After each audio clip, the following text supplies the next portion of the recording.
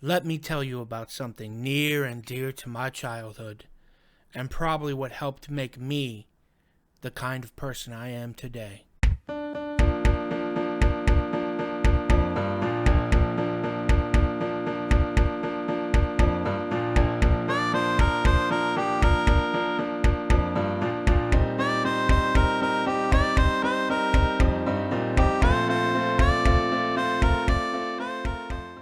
Yes, you heard me right.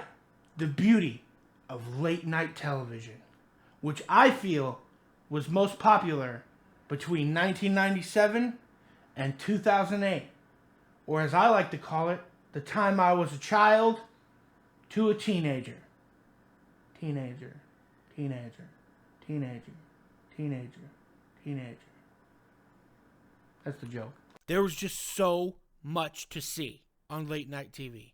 Nick at Night, Toonami, Adult Swim, Monday Night Sci-Fi Stuff, Fox Saturday Night Movies, The Late Late Show, Saturday Night Live, and just like an ass load of infomercials that I can give a fuck about. For me as a teenager in the late 90s and early 2000s, the best way to watch any old cartoon from the 70s or the 80s, any adult cartoon, or any anime was late night television. Only if you had cable. Sucks for you. Because of this downright magical invention, I got to experience shows I never would have experienced had I went to bed. Flintstones Kids, The Muppets, The Jetsons, Care Bears, even sitcoms like Sanford and Son, Bill Golden Girls. Just stuff that took me to different places, and it was magical. Let me tell you about my experience.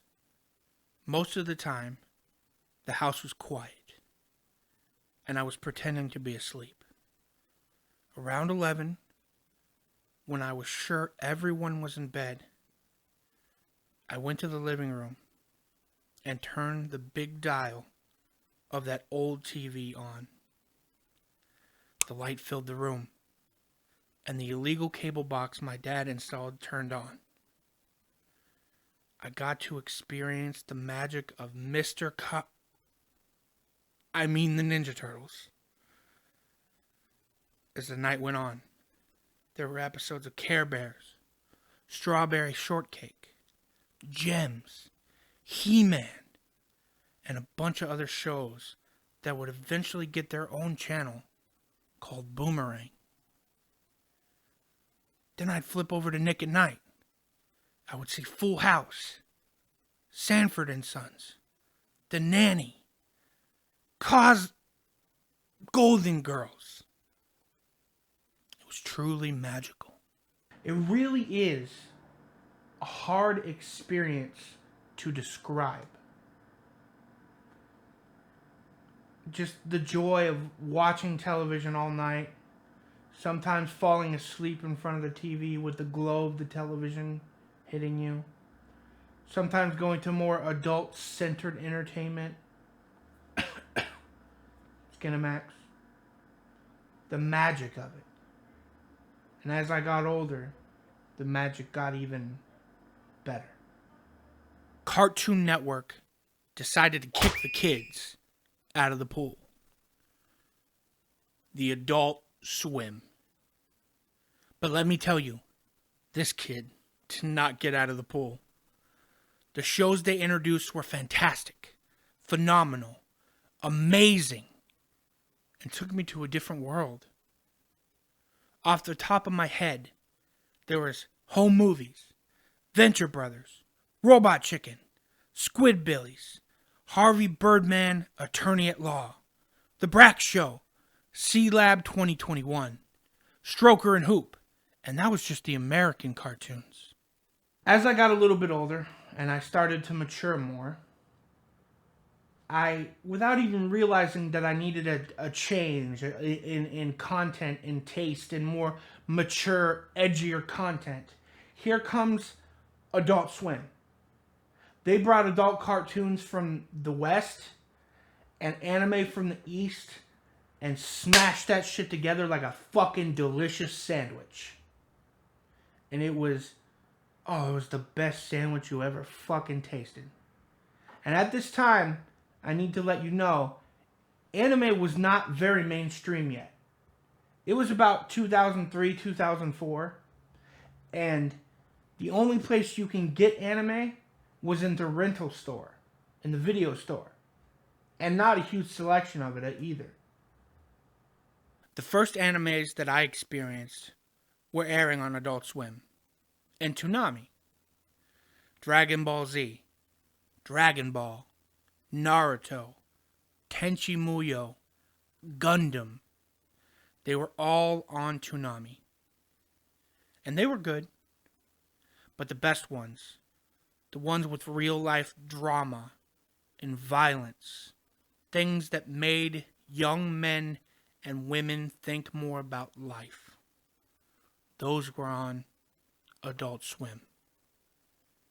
When Adult Swim brought over these new animations to the West, was the first time I thought, and I know this sounds silly, about human conditions, about more complex storylines with more complex emotions that made you feel more complexity. And I know that sounds pretty fucking teenage edge right there, just like right on the fucking edge. But Fooly Cooly, for instance, a woman who is chasing the man she loves and also trying to steal his power. I didn't know what that was about. Cowboy Bebop, a man who was with the mob, who got betrayed, and now his only thing to do in life is to do bounty hunts. Trigun, a man who refuses to kill anyone, no matter the circumstance and no matter how much it hurts him. There's always another way. These shows influenced my life, and I know they influenced a lot more people out there than me. And that is all because of late night TV magic. Literal magic. As it slowly reached 2007, there were things invented that started to make late night TV almost completely irrelevant. YouTube, Netflix.